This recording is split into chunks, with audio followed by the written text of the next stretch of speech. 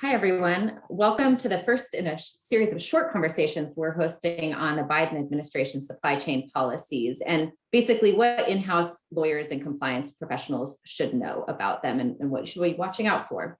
I'm Kerry Contini. I'm a partner in the international trade practice in the Washington, D.C. office of Baker McKenzie. And I'm joined today by three colleagues who are experts in supply chain legal and compliance issues. That's Reagan Demas, a partner in our Washington, D.C. office, Christina Conlin, a partner in our Chicago office, and Maria Piontkovska, an associate in our Los Angeles office. So there's obviously a lot going on in the supply chain space. It's been front page news one way or another, essentially since the pandemic started. And the Biden administration has been undertaking a number of initiatives to address a range of risks and contribute to supply chain resilience. That includes, of course, addressing supply chain shortages, disruptions, over-reliance on foreign countries such as China, the port backlog issues we've been seeing lately. And in February, Biden signed an executive order directing federal agencies to assess risks in key supply chains and provide policy recommendations. The first set of those came out in June, and we're expecting a second set in February. There are also a number of bills in Congress. So I wanted to start with a question for Reagan. Reagan, in the midst of all of this activity coming from all different angles, if you're a general counsel of a US company or a company that has a supply chain that touches the US, what are two or three things related to the Biden administration supply chain policies that you'd be keeping an eye on that affect legal and compliance risks, and what would you be doing about them? Thanks, Kerry. Yeah, look, there's a lot of noise and there's a lot going on. And I think for GCs, it's hard to know what's noise for now and what's something that I really need to be focused on.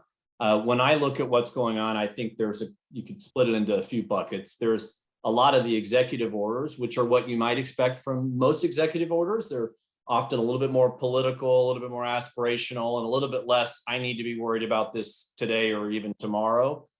There's, even within the executive orders, there are a few buckets. There's a tendency of the administration to kind of take both a carrot and a stick approach. So you have the carrot approach, which is to really try to encourage companies to onshore, to produce more goods in the United States, or at least to have accessibility to product in the US. In the event of something like the pandemic or other trade disruptions, we wouldn't see what we're seeing now, which is it's taken now 7 months and I still don't have my refrigerator. But let's take, for example, the shortage in semiconductors. I mean, this in particular, I've had some conversations with industry leaders in this area. This is an area where the carrot approach will be very difficult to solve this problem. And so if you're a GC at a semiconductor or a related tech company, you're not necessarily imagining that tomorrow you're going to start producing, hundreds of thousands or millions of semiconductors or chips in the United States, right? These are decisions that have taken place over decades to outsource and to have these as not core parts of our business and our production if you're in that industry. And that's not going to change overnight with the tax incentive, right? So I think the reality is, on the other side, you have the stick approach. And that's where I think if I'm a GC, I'm thoughtful about this. And I'm thinking, okay, there are disclosure obligations that I want Maria, and I know she will talk eloquently about in a moment, but there are disclosure obligations coming out, particularly about responsible sourcing and ESG matters, environmental, social, and governance matters in supply chains, right? There are due diligence obligations. There are obligations that prohibit us from dealing with certain regions of the world or having supply chains touching certain types of parties. A lot of this touches on forced labor or other related human rights issues or other ESG issues. That's where, if I'm a GC, I'm maybe not losing sleep at night, but I'm sleeping a lot better if I'm thinking about it today, what I need to be doing today and tomorrow, because those obligations will have impacts, litigation risk, obviously regulatory risk. But I think the reality is that there are financial and global realities that are going to limit the impact of the executive orders and some of these initiatives that the Biden administration is pushing. And so when people talk about onshoring versus offshoring or a deglobalization, I think of it a little different. It's sort of like nearshoring we hear talking about.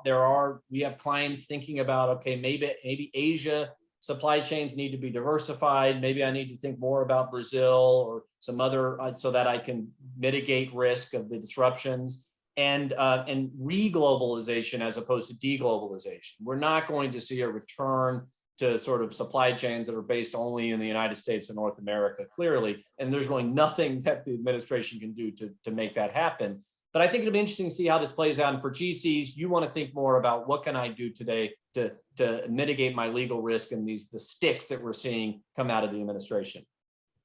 Yeah, Reagan, we've talked a bit about how these actions that the administration is taking have very big goals. You know, these big concepts like nearshoring, onshoring. No matter how you cut it, they're big goals and complicated to actually accomplish. And maybe they will never be accomplished.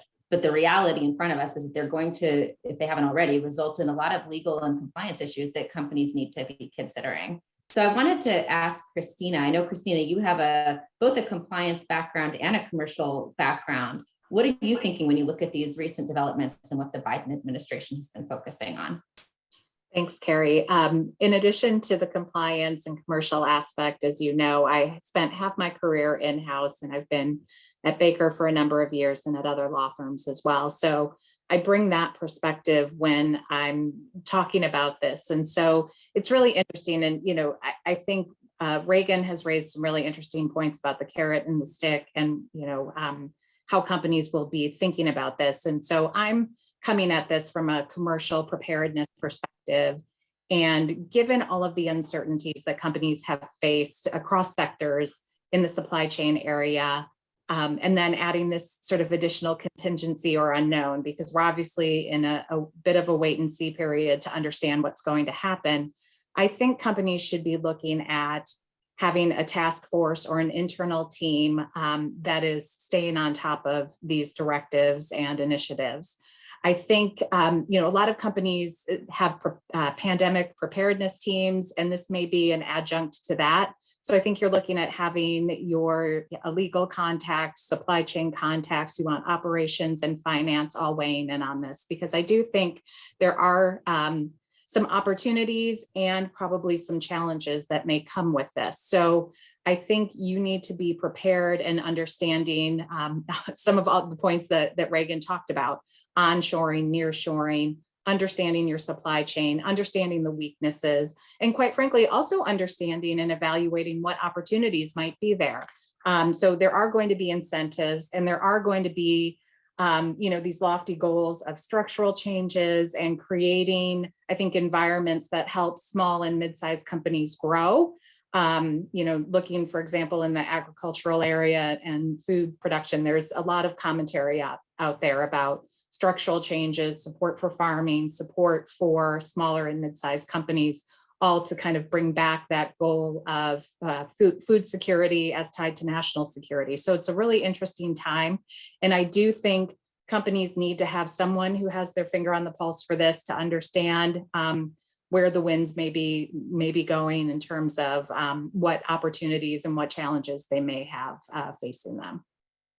The one thing I will oh, sorry. I was going to say the one thing I will also note is when you're getting into this and obviously looking at alternate suppliers or the impact this will have on your upstream supply chain and downstream supply chain, these transactions and finding the way to work either with new suppliers or to reevaluate existing agreements with suppliers always take longer than expected. And so even when you have these lofty goals of turning something around in a couple of months, you know, we have found that even with the best efforts of legal and business, these transactions typically take longer. And that's why I think starting now with a team that's ready to kind of launch and understand will get you ahead of the game.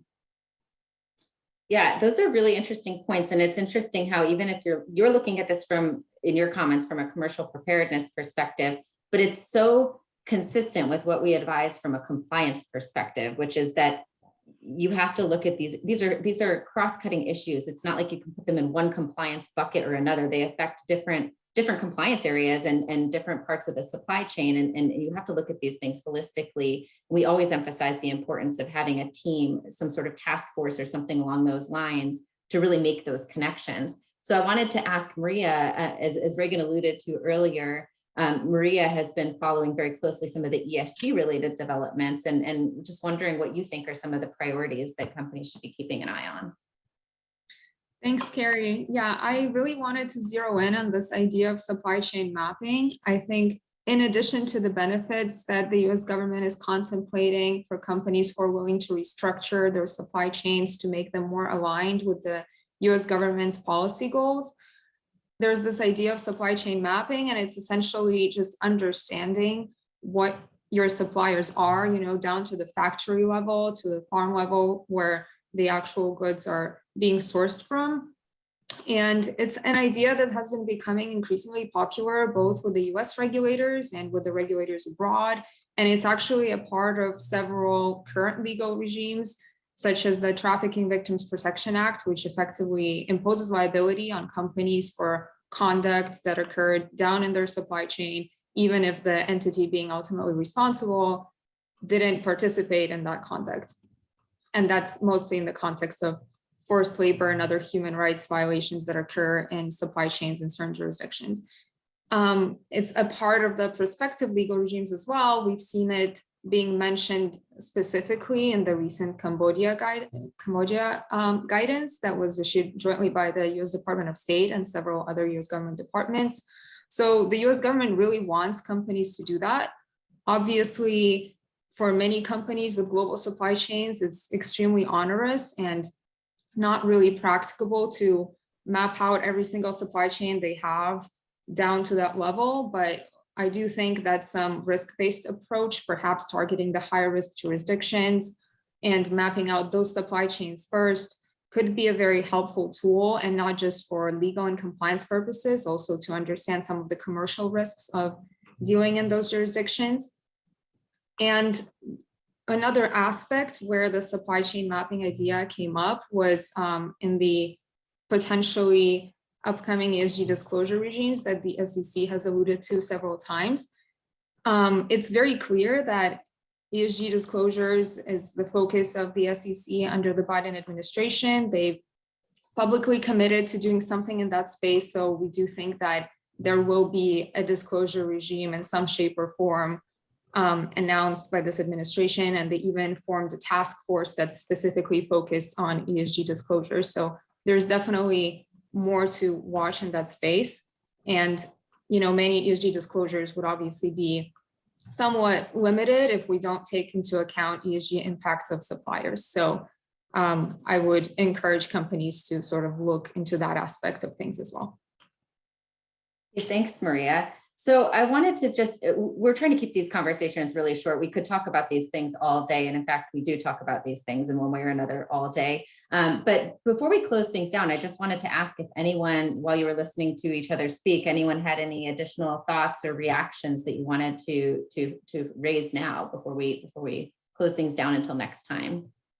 Yeah, look, I think we've hit on all the primary topics. One topic, building on what Maria talked about, that is related to administration policy to a certain extent, but is really the litigation risk that's going to come out of all of this, because there's long been litigation risk with things relating to ESG and supply chains, greenwashing, the things that companies are saying, and also the things they're doing or not doing in their supply chains relating to human rights issues or climate change issues. That risk is really exacerbated now, especially as you have these SEC disclosure obligations, which are coming. I mean, it's inevitable. It's been a political football, but the game's begun and the football's on the field and they're playing the game. And that's going to end up really impacting what companies are being forced to say publicly, especially listed companies, but even those down the supply chains.